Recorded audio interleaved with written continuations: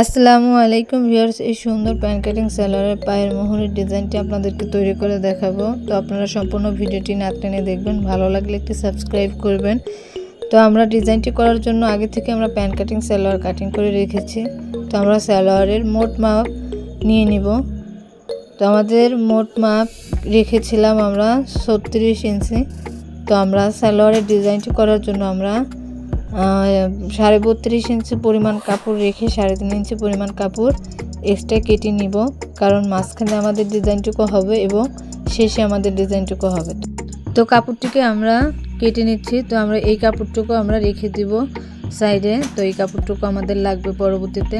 তো এখন আমরা ডিজাইনটি করার জন্য আমরা ফিতা বানিয়ে নেব। 1 ইঞ্চি পরিমাণ চওড়া কাপড় নিয়ে নিয়েছি। এরপর 2 ভাঁজে ভাঁজ করে এভাবে আমরা সেলাই করে ফিতা তৈরি করে নেব। দেখুন আমরা ফিতা তৈরি করে নিচ্ছি।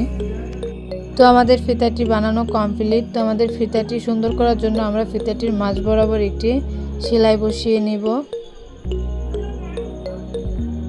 তো আমরা সেলাই বসিয়ে নিচ্ছি। দেখুন তো ফিতাটি আমরা তৈরি করে নিয়েছি। দেখুন তো আমাদের ডিজাইনটি করার জন্য আমরা পেপার কেটে নেব 2 ইঞ্চি পরিমাণ চওড়া এবং 14 ইঞ্চি পরিমাণ লম্বা। তো আমরা 2 পাশে এভাবে দাগ কেটে নেব। তো আমরা দেখুন দাগ দিয়ে নিচ্ছি, কারণ আমাদের সেলাইটি যাতে দাগের ভিতরে না আসে, এর জন্য আমরা স্কেলের সাহায্যে দাগ টেনে নেব। তো আমরা যে আগে থেকে ফিতা তৈরি করে রেখেছিলাম, তো সেই ফিতা আমরা পেপারের উপরে রেখে পেপারের সমান করে ফিতাটি আমরা কাটিং করে নেব। তো এভাবে আমরা সম্পূর্ণ ফিতাটি কাটিং করে নেব। তো দেখুন আমরা ফিতাগুলো কাটিং করে নিচ্ছি। তো আমাদের ফিতাগুলো কাটিং করা শেষ। তো এখন আমরা ডিজাইনটি করব। তো আমরা দুইটি ফিতা নিয়ে এভাবে আমরা 2 পাশে রেখে ডিজাইনটি করব। তো এখন আমরা সেলাই করে নেব। তো দেখুন আমরা সেলাই করে নিচ্ছি। তো এভাবে আমরা সেলাই করলে দেখা যাবে যে আমাদের মাঝখানে একটি করে ঘর তৈরি হবে। তো ডিজাইনটি দেখতে সুন্দর হবে। তো এভাবে আমরা সম্পূর্ণ পেপারটি সেলাই করে নেব।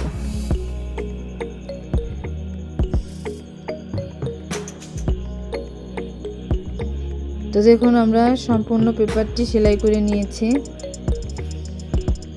এরপর আমরা আগে থেকে যে প্যান্ট কাটিং সালোয়ারটি কাটিং করে রেখেছিলাম, সেটির উপরে সালোয়ারটি আমরা সোজা সাইডে রাখবো এবং ডিজাইনটি আমরা উল্টো সাইডে রেখে আমরা সেলাই করে নিব। তো দেখুন আমরা সেলাই করে নিয়েছি। এরপর আমরা কাপড়টির উপরে একটি চাপ সেলাই বসিয়ে নিব। তো আমরা চাপ সেলাই দিয়ে নিচ্ছি। তো এভাবে আমরা চাপ সেলাই দিয়ে নিয়েছি। এরপর আমরা আগে থেকে যে কাপড়টিকে 3.5 ইঞ্চি পরিমাণ কাপড় কেটে রেখেছিলাম, সেটিকে আমরা অ্যাটাচ করে নিব। তো এভাবে আমরা সেলাই দিয়ে নিচ্ছি। দেখুন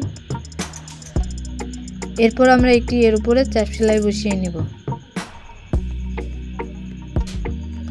তো আমরা চাপ সেলাই বসিয়ে নিয়েছি।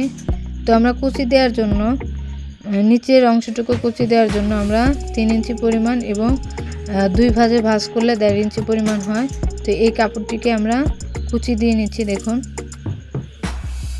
তো আমরা এভাবে সম্পূর্ণ কাপড়টিকে আমরা কুচি দিয়ে নিব। দেখুন আমরা কুচি দিয়ে নিচ্ছি। তো আমরা সম্পূর্ণ কাপড়টিকে এভাবে কুচি দিয়ে নিয়েছি। দেখুন আমাদের কুচিগুলো কত সুন্দর হয়েছে। তো আমাদের কুচি সেলাইটা একটু বেশি মাঝ বরাবর হয়েছে। তো আমরা পরবর্তীতে কেটে রেখে দেব। তো আমাদের এখানে একটু বাঁকা কাপড় ছিল, তো আমরা সেটিকে কেটে সোজা করে নিয়েছি। এরপর আমরা কুচিটি কাপড়ের উপরে রেখে আমরা সেলাই করে নেব। দেখুন আমরা সেলাই করে নিচ্ছি। তো আমাদের অ্যাটাচ করা শেষ। এরপর আমরা এর উপর একটি চাপ সেলাই বসিয়ে নেব। তো দেখুন আমাদের ডিজাইনটি দেখতে কত সুন্দর হয়েছে।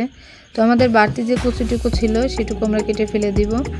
তো দেখুন আমাদের ডিজাইনটি কত সুন্দর হয়েছে। তো আমরা ডিজাইনটি আরও সুন্দর করার জন্য যে আমরা পেপারে নিয়েছিলাম, তো এই পেপারটিকে আমরা ছিঁড়ে ফেলে দিব।